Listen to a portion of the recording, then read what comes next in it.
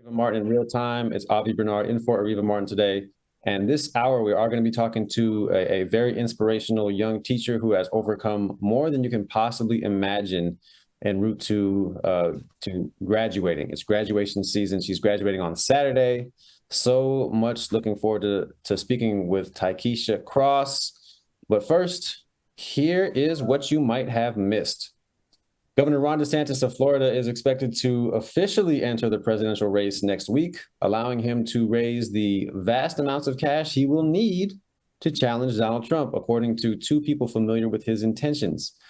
Mr. DeSantis is expected to file paperwork declaring his candidacy with the Federal Election Commission ahead of a major fundraising meeting with donors in Miami on May 25th that is meant to act as a show of his financial force. He must formally enter the race before he can solicit donations for his presidential campaign. And Senator Dianne Feinstein arrived at the Capitol last week after more than a 2-month absence recovering from shingles, but the 89-year-old Democrat appeared shockingly diminished. Using a wheelchair with the left side of her face frozen and one eye nearly shut, she seemed disoriented as an aide steered her through the marble corridors of the Senate. She was complaining audibly that something was stuck in her eye. Ms. Feinstein's frail appearance was a result of several complications after she was hospitalized for shingles in February, some of which she has not publicly disclosed. The shingles spread to her face and neck, causing vision and balance impairments and facial paralysis. The virus also brought on a previously unreported case of encephalitis, a rare but potentially debilitating complication of shingles, according to two people familiar with the senator's diagnosis. A bipartisan bill set to be unveiled today by Reps. Abigail Spanberger, Democrat of Virginia, and Brian Fitzpatrick, Republican of Pennsylvania, would block members of Congress from getting paid if the U.S. enters debt default or if the government shuts down. The No Pay for Congress During Default or Shutdown Act, shared in advance with NBC News, would withhold lawmakers' pay for the duration of a debt limit breach or lapse in federal funding, an attempt to motivate legislators to prevent either situation. And the latest revelations from the special counsel's probe into ex-President Donald Trump's handling of classified documents deepen a sense that a grave political moment is approaching. An exclusive CNN report that appears to point to a core weakness in Trump's case is reinforcing the possibility that the 2024 presidential contender is in a heap of legal trouble. Potential evidence that Trump knew his claims that he could simply declassify material on a whim were false highlight his characteristic belief that laws and codes of presidential behavior do not apply to him. The Los Angeles Dodgers yesterday rescinded their Pride Night invite to a famed gay nonprofit that performs in drag, saying the troops' presence would run counter to that event's quote-unquote spirit of unity. The Sisters of Perpetual Indulgence had been set to be honored on June 16th at a game between the Dodgers and visiting San Francisco Giants before the Dodgers changed course. Earlier this week, Senator Marco Rubio, the Republican of Florida, had complained to Major League Baseball about the Dodgers honoring this group. In a letter to the MLB commissioner posted on his website, he called the Sisters of Perpetual Indulgence a quote-unquote anti-Catholic group with members who mock the faith and encourage perversion of Jesus's command to go and sin no more. While not naming any aggrieved parties who are offended by the group's presence, the LA team, the Dodgers, said it would be best if performers were not at Dodger Stadium that night. And now I want to remind you of what Marjorie Taylor Greene said about why it's the same thing if you call a Black person the N-word and if you call a white person a white supremacist. Let's take a look at what she said. Had to have so much security. There was not enough. I was swarmed. It's all on video. Everyone can see this. But I will tell you what's on video is Jamal Bowman shouting at the top of his lungs, cursing, calling me a calling me a white supremacist, which I take great offense to. That is like calling a person of color the N-word, which should never happen. Calling me a white supremacist is equal to that, and that is wrong. Jamal Bowman was down there cursing at me, telling me to get the F out of there, and he was leading the mob right outside the vehicle I was sitting in. We have this all on video. And then on the Capitol steps yesterday. He was the one that approached me. Even CNN reported that, yelling, shouting, raising his voice. He has aggressive, his physical mannerisms are aggressive. And he just recently shoved Thomas Massey just outside the House chamber. I think there's a lot of concern about Jamal Bowman. So, and I am concerned about it. I feel threatened by him. He not only led a mob there, but his boisterous lies. And I'll tell you another thing he said outside there. He was saying, save your party. I kept telling him, no, save the country. It's not about political parties. We shouldn't care about political parties. We should care about the country, because no matter what our political beliefs are, Jamal Bowman, I don't know what his political beliefs are. I know what mine are, but we both swore an oath to serve the country here in Congress as representatives. So I am very concerned about Jamal Bowman, and he's someone that people should watch. He's someone that people should watch. His mannerisms are aggressive, and I am concerned. He scares me. The usual things that people use against Black men when they want to discredit them and make them be quiet. And also, not to mention, put them in danger. These are the things that Marjorie Taylor Greene said. And just a note to everyone, everywhere, there is no comparison with calling a Black person the N-word. White people, you do not have any such comparison to ever use. Just don't do it. You can say you don't like something without going to that place, because that just weakens your case. And now I don't care what you have to say. But when we come forward, we are going to talk to the inspirational young teacher, Tykeisha L. Cross.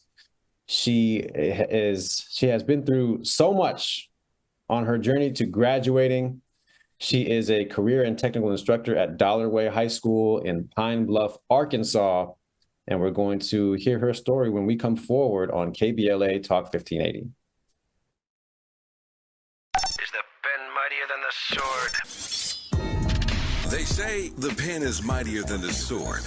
At KBLA Talk 1580, we not only have a lot to talk about, we have a lot to write about. Politics, relationships, business, empowerment, and culture. The all-star roster at KBLA Talk 1580 has you covered. That's what it's all about. Be sure to follow us on all our socials for our latest book releases, op-eds, essays, and commentaries from our hosts. And, of course, download the KBLA 1580 app as we strive to remain your most trusted, credible, and reliable source for the issues you care about. This is unapologetically progressive. KBLA Talk 1580. What up, baby?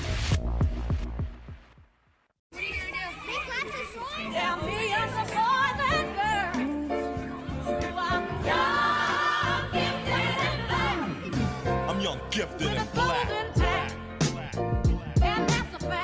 KBLA Talk 1580, we do more than just talk. Hey there, I'm Jared Hill, president of the National Association of Black Journalists of Los Angeles, and I just want to say thank you for the benevolent $10,000 donation and scholarships for the next generation of Black journalists. And I'm Haywood Galbraith, photojournalist and founder of the Minority Photojournalism Institute. Thanks, KBLA, for your generous $10,000 scholarship gift to help us train the next generation of Black photojournalists. Congratulations to all the students who will benefit from the scholarship dollars raised at our Black History Month luncheon honoring Black legends in LA media. When we come forward at KBLA Talk 1580, we're bringing everybody with us. Everybody with us. Everybody with us. Everybody with us. Access granted. In a survey conducted by the public opinion research firm Eviderus, KBLA Talk 1580 consistently emerged as the station of choice for Black audiences in the Los Angeles media market and beyond. The survey also revealed that the vast majority of Black audiences are concerned about the lack of Black-owned media and are more likely to listen to talk radio that focuses on issues that impact the Black community. For some reason, the other talk stations haven't quite figured that out. If you think about KFI, well, KFI only has like a 3% Black listenership. 3%. So there's a good 97% out there to support a station like KBLA. At KBLA Talk 1580, we've got your Black. Your Black. Your Black.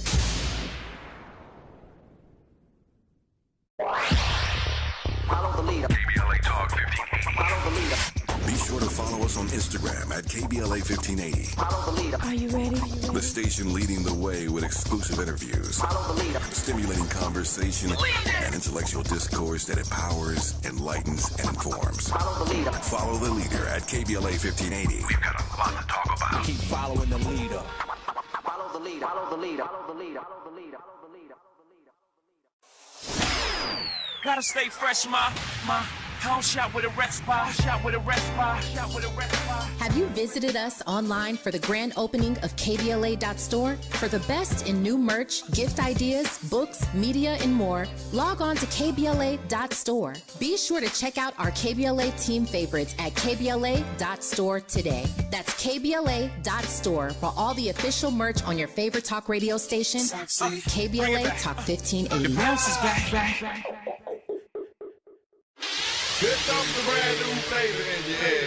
Race, social justice, sports, politics, art, music, culture. We do it all on the D.L. Hughley Afternoon Show. If you're not tuning in, then you are definitely missing out. It's the D.L. Hughley Afternoon Show, weekdays from 2 to 4 only on unapologetically progressive KBLA Talk 1580. Like a brand new flavor in your head. Yeah. This is a rather bold pronouncement, but we think we can back it up. If you come across a radio frequency anywhere putting more variety and more diversity on the air than KBLA Talk 1580, we sure would like to hear about your discovery. You got to have vision. You can search. And we're back on Areva Martin in real time. I'm Avi Bernard in for Areva Martin tonight, and I am very much looking forward to this conversation with Taikisha L. Cross. She's a career and technical instructor at Dollarway High School in Pine Bluff, Arkansas. And she has been through so much en route to her graduation, which is, I believe, this Saturday. Taikisha, thank you so much for joining us. Thank you so much for having me. So do I have that right? Is your graduation this Saturday? My graduation is this Saturday, and believe it or not, I am excited. It has been a long 3 years, but nevertheless, it has been all worth it. All worth it. Well, I can definitely believe that. I can believe that excitement. I would be excited too. And so you are going to be graduating from the name of the institution again is the Arkansas, what is it? Teachers Corp, Arkansas Teachers Corp. Arkansas Teachers Corp. And so what has this process been like for you? Because you're already teaching at Dollarway High School in Arkansas, in Pine Bluff. Is that correct? That is correct. This is actually my 4th year teaching. And it has been like I said, a very long journey. But it was definitely necessary. And I have learned so much through Arkansas Teachers Corp. Just the journey alone has been awe-inspiring for me. I love how your promo, you pumped me up and said, that you were excited to speak with me because of my journey. But honestly, I wouldn't take anything from it. And Arkansas Teachers Corp has definitely been instrumental in developing me into the teacher that I am today. And so I'm excited to graduate, but then also too, I'm almost scared because the training wheels are coming out. So I'll fully have my teaching certificate and I necessarily won't have them to carry me along the way. So it's bittersweet. Okay, so you said the training wheels are coming off, but explain that, because so you've been a teacher for 4 years, but you're graduating from the Arkansas Teacher Corps. And so have you been in in a classroom with other teachers? Have you been a teacher's assistant? So what's the main difference going to be now that you're graduating? Well, the main difference is that through Arkansas Teachers Corp, it's a 3-year licensing program. And so my first year, I was basically a sub in a sense. So I didn't have any type of, background education into being a teacher. And my husband, who actually went through Arkansas Teachers Corp 3 years before I started my journey, I saw the tremendous growth in him in going to Arkansas Teachers Corp. And so when I wanted to become a teacher, I was pushed into Arkansas Teachers Corp, and it was a great push. And so for the last 3 years, they've been teaching me how to be a teacher. how to have classroom management, how to be culturally informed with the kids that I teach, how to go out of my way and provide a platform for my scholars, how to push the narrative that, we are here and we are here and we're going to make a noise regardless of all of the adversity that's around us. We're going to do that. Arkansas Teachers Corp empowers me to motivate my scholars to be the best that they are. And so not only do they teach me those, those intricate pieces of my life that I didn't know I had,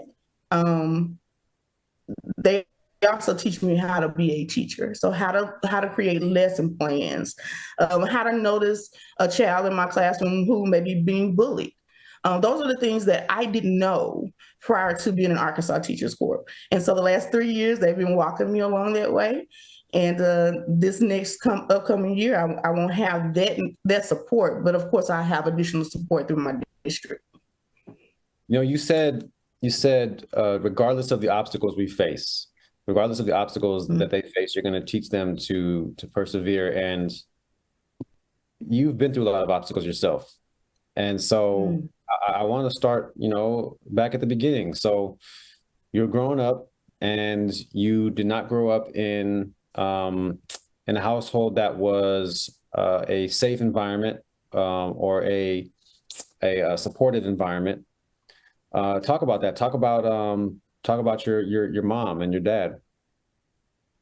So I want to correct in a sense that it was a safe environment growing up, because I didn't know there was fear.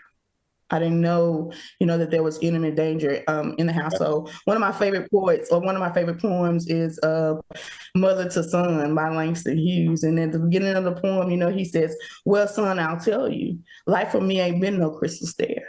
And I wish that Langston Hughes would have known me, because he probably would have said, "My daughter," because life for me has not been a crystal stair.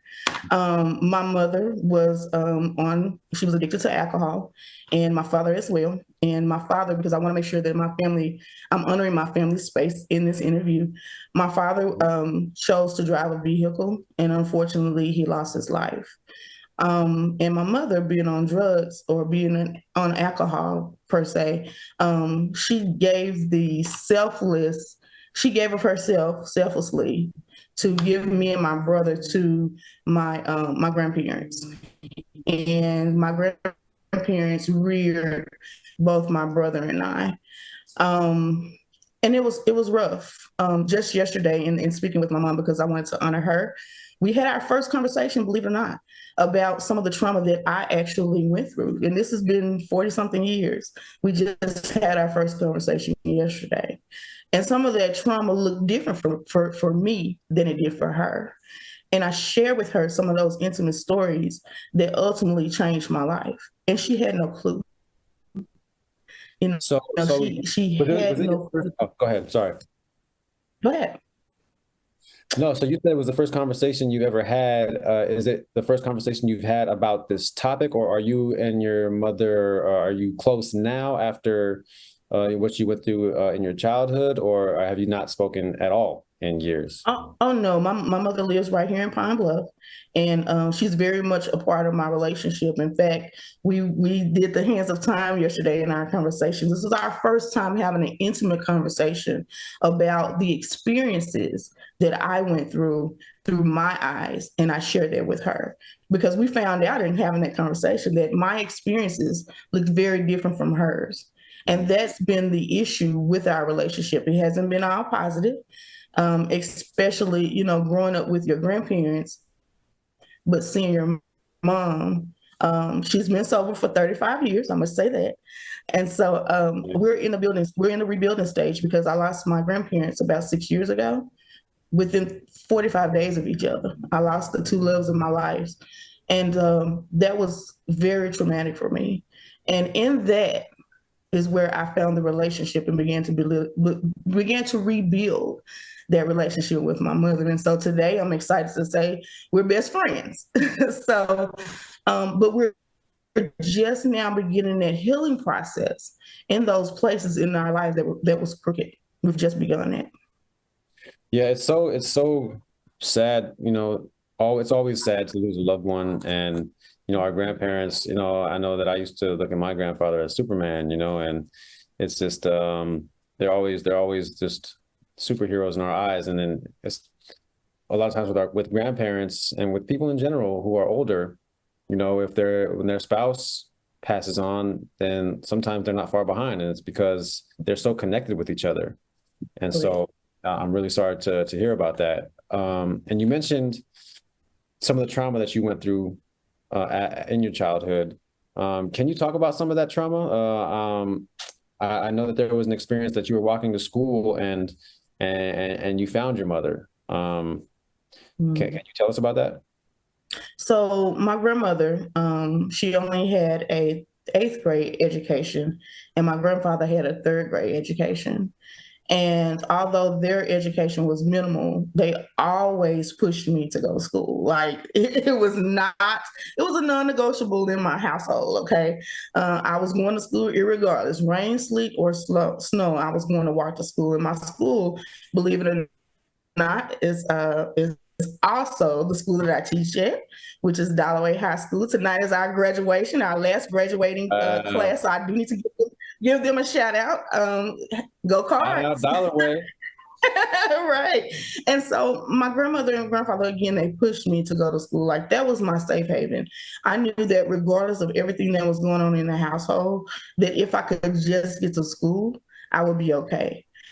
And so one day, on my way to school, and I shared this with my mom yesterday, I saw her, and I saw her in a state that no child should have to see their mother. And I had a choice. I had a decision to make, and it was either to stop and help my mom or to continue to school. And I made one of the hardest decisions of my life, which was to go to school, because I knew that if I could just get to school, I would be able to see Miss Diane Morrell.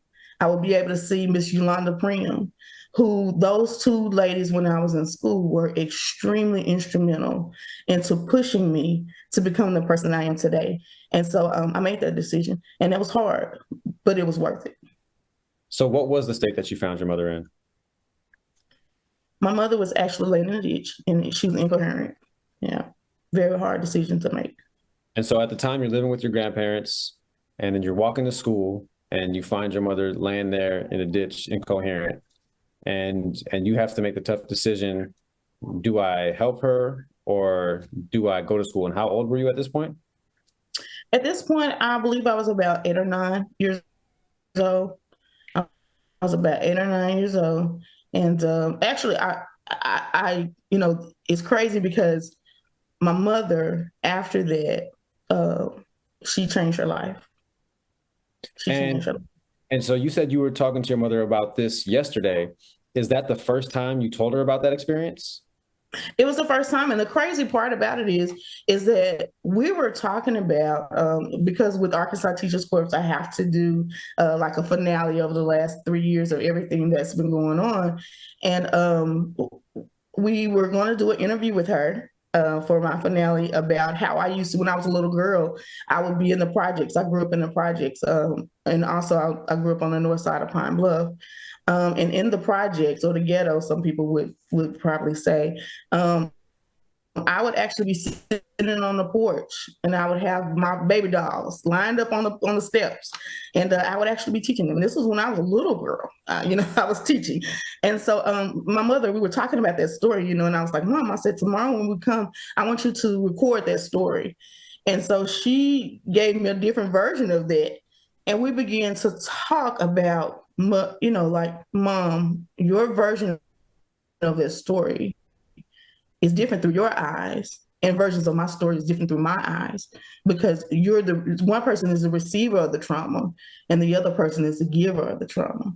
And so that sparked an entire conversation. And I can honestly say that this journey is much bigger, in that the relationship with my mother through these past 3 years has changed tremendously, because she's beginning to see the trauma in my eyes, and we're addressing that, and we're healing, and we're moving forward. And you talked about, if you could just get to school, everything will be okay. What is it about school that made it feel like a safe haven for you? The thing about school that made it a safe haven for me, for number one, we had the best lunches. So sometimes growing up, when you're in a home with someone who doesn't necessarily know how to care for you properly, sometimes you don't eat the way you need to eat. Yeah. And so that was like the biggest thing, and then also to the bigger thing, just, that's just joking and poking fun, was the relationships with my teachers. I have always, every grade that I can remember, I've always had a caretaker, not a teacher. I had a caretaker in every grade that took care of me, that made sure that I was okay. And not just on the educational side, but just being as a person, as a young adult trying to navigate, or a kid trying to navigate their way. And so I hate to jump to it, but all of the trauma that I have experienced was for a reason and a purpose. It was for a reason and a purpose. And so I know that teaching, you said, was always in you. You were on the porch playing, teaching the dolls. And right. Your experience at school was a positive one because you had those caretakers. I want to talk more about those caretakers when we come forward. And I also want to talk about, we talked about some of the trauma you've experienced, but we haven't even really scratched the surface yet, because you were shot in the head in 10th grade, right. And the bullet is still there. And I do want to talk about that experience when we come forward on KBLA Talk 1580.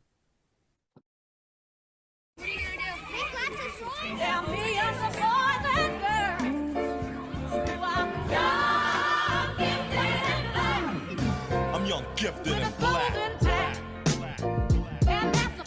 At KBLA Talk 1580, we do more than just talk. Hey there, I'm Jared Hill, president of the National Association of Black Journalists of Los Angeles, and I just want to say thank you for the benevolent $10,000 donation and scholarships for the next generation of black journalists. And I'm Haywood Galbraith, photojournalist and founder of the Minority Photojournalism Institute. Thanks, KBLA, for your generous $10,000 scholarship gift to help us train the next generation of black photojournalists. Congratulations to all the students who will benefit from the scholarship dollars raised at our Black History Month luncheon, honoring black legends in LA media. When we come forward at KBLA Talk 1580, we're bringing everybody with us. Everybody with us. Everybody with us. Everybody with us. Everybody with us. Connection established. Access granted. In a survey conducted by the public opinion research firm Eviderus, KBLA Talk 1580 consistently emerged as the station of choice for black audiences in the Los Angeles media market and beyond. The survey also revealed that the vast majority of black audiences are concerned about the lack of black-owned media and are more likely to listen to talk radio that focuses on issues that impact the black community. For some reason, the other talk stations haven't quite figured that out. If you think about KFI, well, KFI only has like a 3% black listenership. 3%. So there's a good 97% out there to support a station like KBLA. At KBLA Talk 1580, we've got your black. Your black. Your black.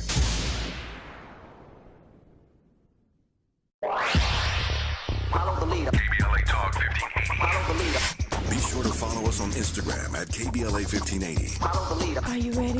The station leading the way with exclusive interviews, Follow the leader. stimulating conversation, and intellectual discourse that empowers, enlightens, and informs. Follow the leader. Follow the leader at KBLA 1580. We've got a lot to talk about. Keep following the leader. Follow the leader. Follow the leader. Follow the leader. Follow the leader. Follow the leader. Gotta stay fresh, my house shot with a rest spot. Shot with a rest spot. Shot with a rest spot. Have you visited us online for the grand opening of KBLA.store? For the best in new merch, gift ideas, books, media, and more, log on to KBLA.store. Be sure to check out our KBLA team favorites at KBLA.store today. That's KBLA.store for all the official merch on your favorite talk radio station, KBLA Talk 1580. The bounce is back. Here comes the brand new flavor in your head. Race, social justice, sports, politics, art, music, culture. We do it all on the D.L. Hughley Afternoon Show. If you're not tuning in, then you are definitely missing out. It's the D.L. Hughley Afternoon Show, weekdays from 2 to 4 only on unapologetically progressive KBLA Talk 1580. Like a brand new flavor in your head. This is a rather bold pronouncement, but we think we can back it up.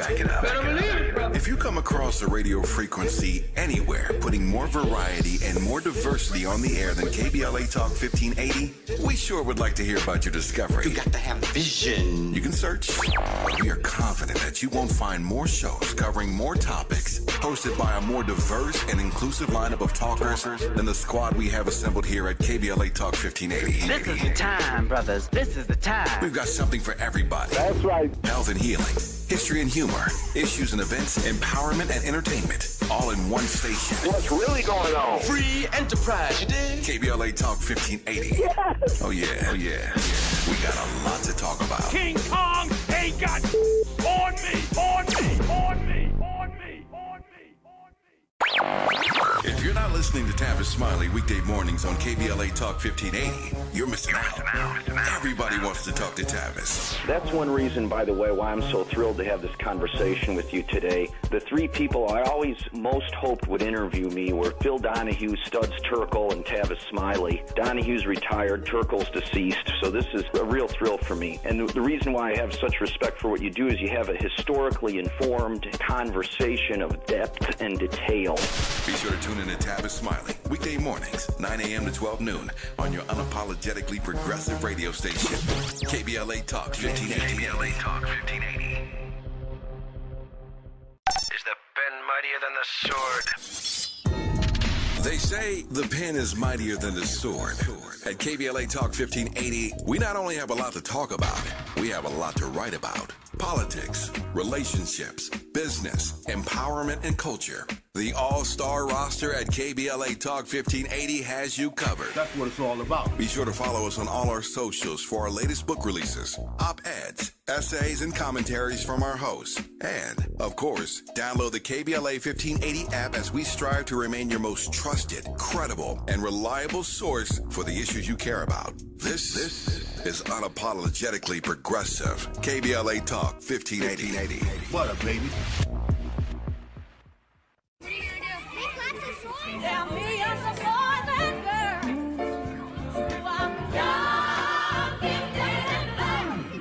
I'm young, gifted, and black. KBLA Talk 1580, we do more than just talk. Hey there, I'm Jared Hill, president of the National Association of Black Journalists of Los Angeles, and I just want to say thank you for the benevolent $10,000 donation and scholarships for the next generation of black journalists. And I'm Haywood Galbraith, photojournalist and founder of the Minority Photojournalism Institute. Thanks, KBLA, for your generous $10,000 scholarship gift to help us train the next generation of black photojournalists. Congratulations to all the students who will benefit from the scholarship dollars raised at our Black History Month luncheon honoring black. It is Areva Martin in real time. I'm Avi Bernard in for Areva Martin today, and we are joined by Taikisha L. Cross, career and technical instructor at Dollar Way High School, Pine Bluff, Arkansas, home of the Cardinals. Yes. So Taikisha, really appreciate you being here and sharing your story. And it's graduation season, and we wanted to talk to you about your journey en route to graduating and becoming a teacher in Arkansas. You're graduating from the Arkansas Teacher Corps on Saturday, just 2 days away. Super exciting. Congratulations to you for that. And I wanted to ask you though about this experience you had in 10th grade. So you were shot in the head. Mm-hmm. Please, how did this happen?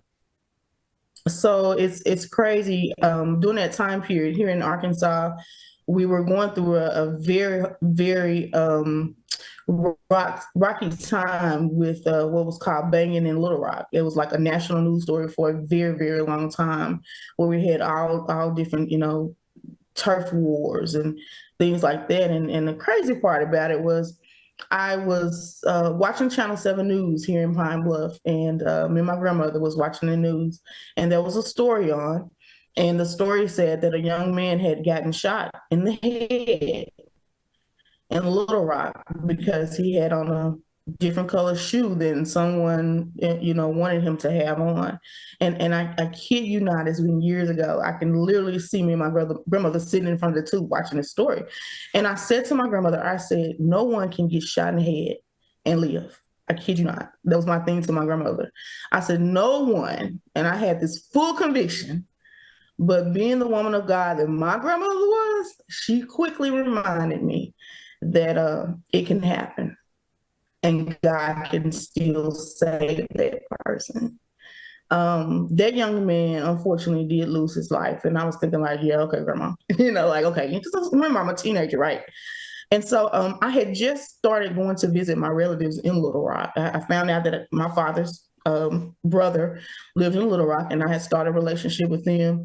And I was going to Little Rock to visit them. And we were traveling in an area. Of course, I didn't know where I was. I was with my relatives, and we were traveling in an area, and my cousin said, let's stop and get some barbecue. And we stopped at a barbecue place, and I'm sitting in the car and, just anxiously waiting and getting ready to kick it, right, with my relatives. And we went to an apartment complex, and my cousin got out and he went to his girlfriend's house and stayed there for a few moments, and he got back in the car. And as we proceeded to leave out of this project, I heard pop, and my cousin said, "What's that?" And of course, me being green, I don't know what it is. I'm still listening to music and head bobbing, and all of that. And my cousin said, "Sorry." You're still in the car. Right, I'm in the car. I'm because I never got out. My cousin got out, so I'm still in the car. And my cousin said, "Someone's shooting." And again, I'm this green girl from Pine Bluff, had never been involved, in grammatically incorrect, but had never been involved in anything like that. So I'm still sitting there bobbing to the music, and my cousin tries to speed up and get out of the parking lot. And as he speeds up, all you hear is boo, boo, boo, boo, boo, boo, boo, boo, boo, boo, like a total machine gun. That's all I could hear. And the next thing I know, my head jolted. And my cousin didn't know I was shot. And I said, what is this blood? Like I can literally, the crazy part about it, I can still feel that. Like I can still today, and it's been years, I can still feel, even right now, it's like I feel the coldness over me. And a coldness took over. You feel the coldness of the blood dripping down your face. Right. And even to this day, every time I tell the story, I literally still feel as if that moment, I'm in that moment. And it never goes away. I don't care how many times people ask me about it. It never goes away, that feeling. And so my cousin's car was shot up, and I was shot in the head. And so my cousin was like, "You okay?" And he reached over and he said, "You've been shot." Because I literally didn't know it. I didn't know that I was shot. And as he said, "You've been shot," that's when the realization hit that coldness was the blood, as you said, that was running down my face. And I could feel, my entire head was just saturated with blood. And I never forget. So I was raised in a very Christian home. And as my cousin was speeding down the highway in Little Rock, taking me to the hospital, a song came in my spirit. And the song said, "I'm sorry. Please forgive me. Cleanse me up. Jesus, I never meant to hurt you, nor desert you, because I love you." And the next part of the lyric said, "Please give me a second chance.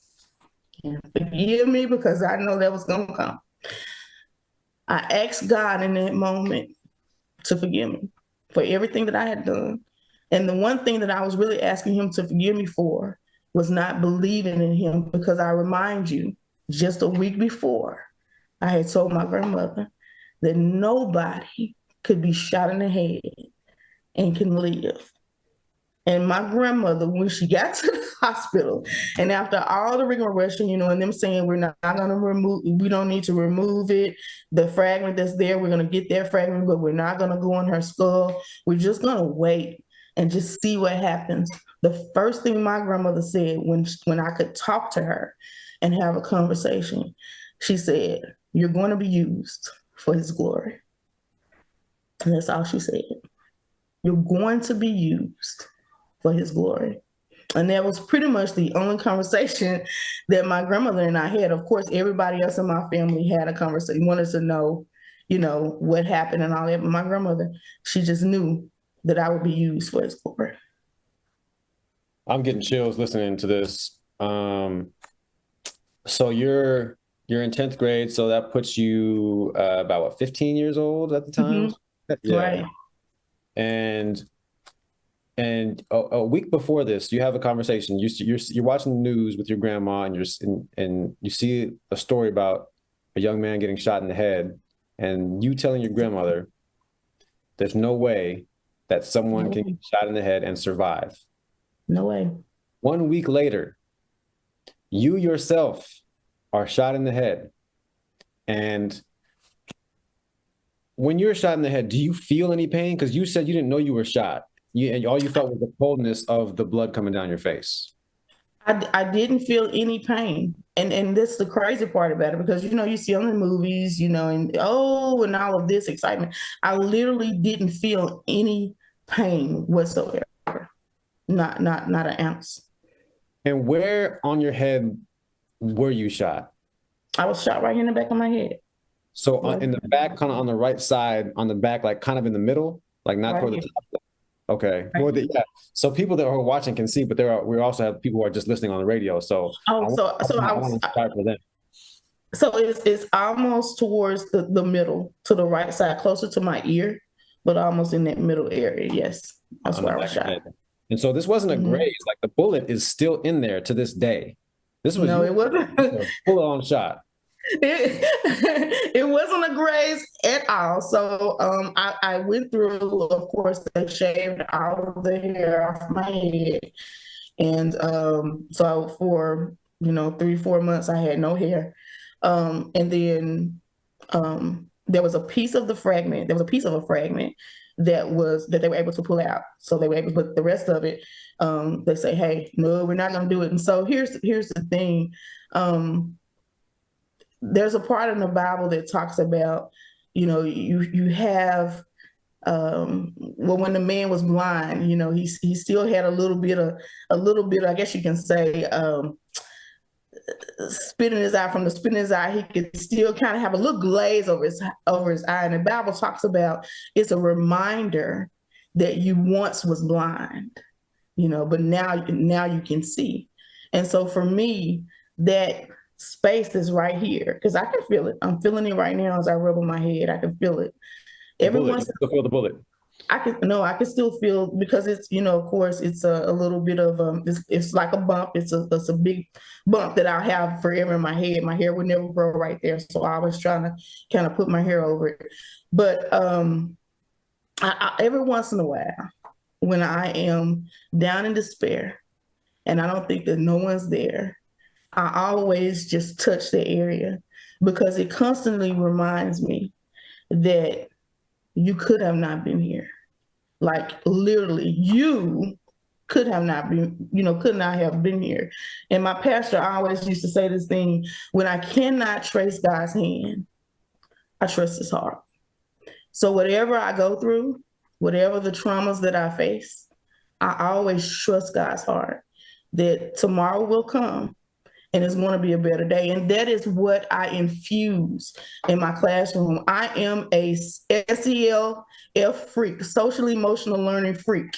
So my kids, every day, there's not a day that my scholars do not embrace social emotional learning in my classroom. And in fact, that's something I'm really hoping that my district pushes, because the traumas that I faced, my scholars face as well. And so I have to be a mouthpiece for them. One of the producers that I was talking to one time, they asked me, they said, "Do you share your story with your kids? Like, how much of your life do you share?" I share as much as I need to for them to understand where I come from, that I'm just not Mrs. Cross, I'm Keisha. And being Keisha, that means I had a father who was on drugs. I had a mother who was on drugs. I was shot in the head and I survived. I've lost a home. I've lost a car. I've been in situations where most people would have probably killed themselves, but I'm still here. And I'm here because what my grandmother said, there's a divine purpose for my life. And until he decides that it's somewhere else I need to be, then I'll be kicking it at $1 or Pine Bluff District rather. Wow. I mean, you know, I used to share a similar belief that if someone was shot in the head, there was no way to survive. You know, I remember thinking that growing up. And there's a case recently of a young Black boy named Ralph Yarl, who was shot by an old white man. And Ralph Yarl just, you know, most people have heard the story, but his mom sent him to pick up his little brother. And so he was doing that, and he just went to the wrong house by accident. And before, you know, he just knocked on the door. He wasn't like trying to open the door or breaking in or doing anything wrong. He just knocked on the door, and the white man shot him twice, including once in the head. And he actually ran away and survived. Mm-hmm. So it is possible. But just the fact that you had that conversation a week before that, I mean, it's a remarkable story no matter what, because anytime someone survives being shot in the head, I mean, I don't know any more of a clear indication that you're supposed to be here. But especially the fact that you had that conversation just the week before, that is just chilling. And that is, you know, I'm not as religious as you are. I'm not a very religious person, but I do, you know, believe in the power of the universe and a higher, you know, power and whatever you call it, you know, God or the universe or whatever, that was at work for you. And I don't know if there's any way to deny that. But when we come forward, I do want to talk about, you know, how the lessons that you've learned translate to, you know, and then you were just talking about it a little bit, but about how you teach your kids about the SEL, the self-emotional, social emotional learning. Social emotional learning. I want to talk about that when we come forward on KBLA Talk 1580. Areva Martin in real time on KBLA Talk 1580. Back in 3 minutes.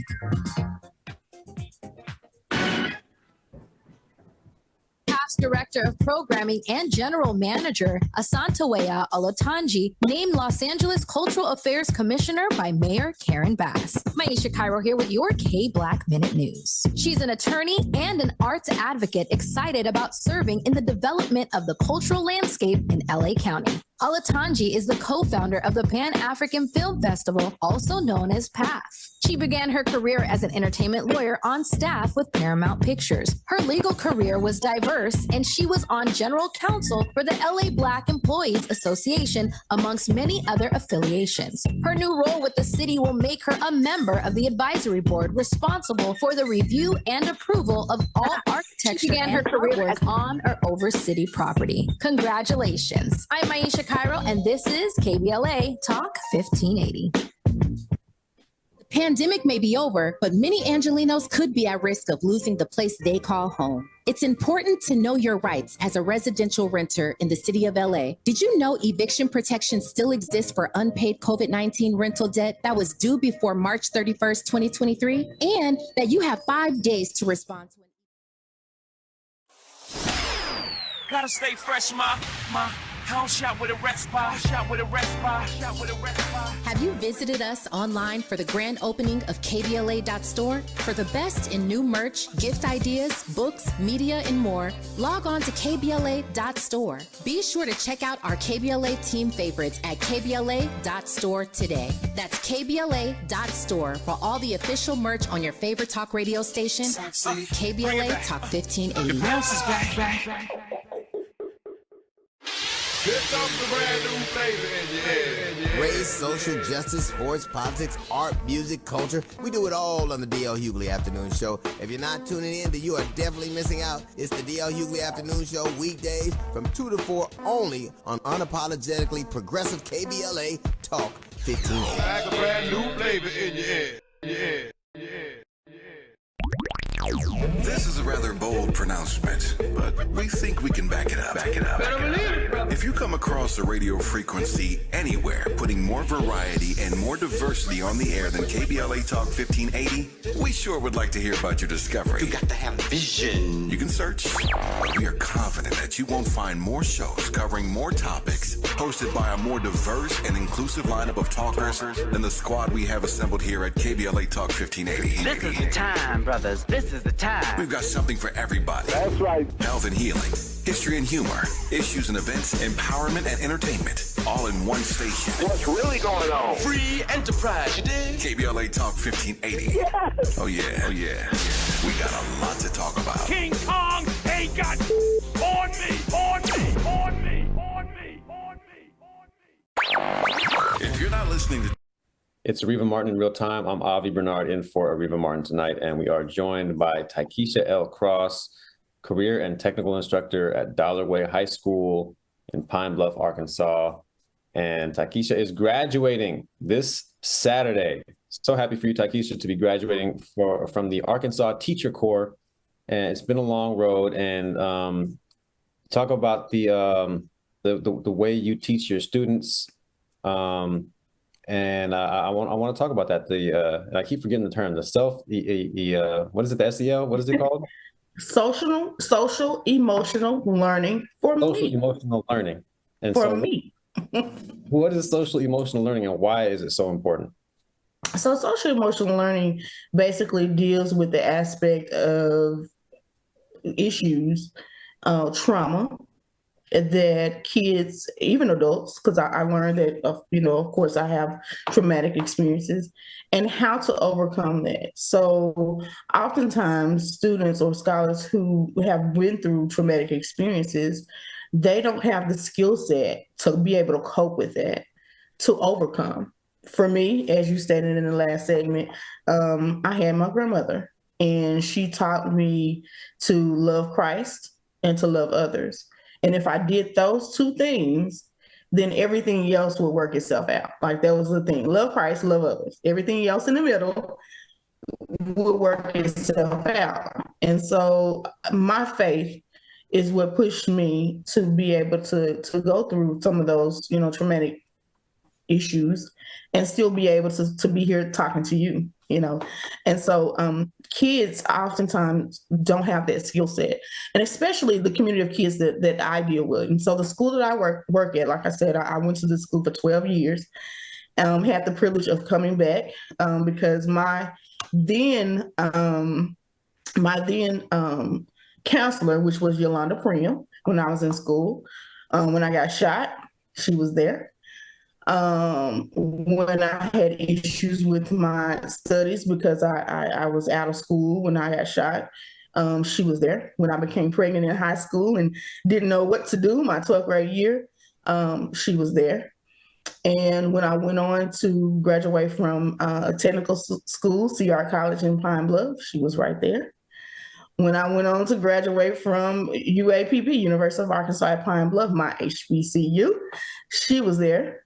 And even starting to work, quick story about her, and starting to teach at Dollarway, I was trying to find myself. When both of my grandparents, like I say, demised within 45 days of each other, I literally didn't want to live. Like, these were the people who pushed me and cared for me and protected me. And to lose them, I didn't know what to do. I started fishing. Me and my husband, we started fishing. And after losing my job, both me and my husband lost our job at the same time. It was tough. It was really hard. We had to start over. And at that time, I didn't realize the reason why we were going through all of that was because God was making a way for me to be a teacher. I didn't realize it because we made hundreds of thousands of dollars. Like, we were balling, as the kids say. But life has a way. I used to always say. No, we were fishing because we didn't have a job. So after we both lost our job, we didn't have anything else to do. So we found a fishing lake, and that's what we would do, fish. So we didn't have to conversate with each other about not having food in the house. to feed our kids, not having a car because our car was repossessed, not having a house because our house was repossessed. Because again, when I was a mortgage broker before the mortgage industry bubble burst back in 2008, I was making over $100,000 a year. When I lost that job because of that burst in the mortgage business, I didn't have anything. And my husband lost his job like within 2 months after I lost my job. So a whole year of unemployment, we couldn't find jobs. Our life changed tremendously. But through that change, I didn't know that God was taking all those things out that I thought I needed, all these lavish cars, all of these things we needed, because he was preparing me to become a teacher. Making $100,000 a year and you telling me now I need to make $38,500 as a teacher, I don't want it. But if you take me from 100 to 0 and an offer comes for me to be a teacher at $38,500, I'll run to it. I was sitting in a nail parlor and that same person who helped me throughout school, Yolanda Prim, she was now the principal at Dalloway High School. And she said, I want you to work for me. We was both in the nail parlor. I said, I can't be a teacher. She said, you can do everything. I need you to come work for me. That was on a Saturday. On a Monday, I started teaching and I was a substitute teacher. So that was that first year. Wow. I've been teaching since then. And so she left last year and she went to work at another school district. So she left me all alone. But all of those nuggets that she's deposited into me, even Tanita Shannon Gregg, who was my teacher at CR, who let me bring my son to school with me while I take my test because I didn't have anybody at that moment to care for me. My husband worked, well, my boyfriend then, who is now my husband now, he worked nights. So I took my son to CR to take my finals, and she helped me, let me take him in class and held him until I took my final. So all these people have deposited and been there for me. I don't have a choice but to be there for my students. Well, we appreciate you. We are out of time, unfortunately. I feel like this conversation can go another hour. Just quickly in 10 seconds, how can we keep up with you? I am currently at Dalloway High School, Korean technical education teacher there. I'm also on Facebook, Takesha Cross, and then I'm also still with Arkansas Teacher Corporate as well. So come find me. Congratulations on graduating this Saturday. We appreciate you taking the time and sharing your story with us. It is so inspirational. And graduates, don't stop. If you want to do something, keep going. You can make it. The next voice you hear will be Robin Ayers with the Raw Report. When we come forward on KBLA Talk 1580, I'm Avi Bernard, and I'm gone. Access granted.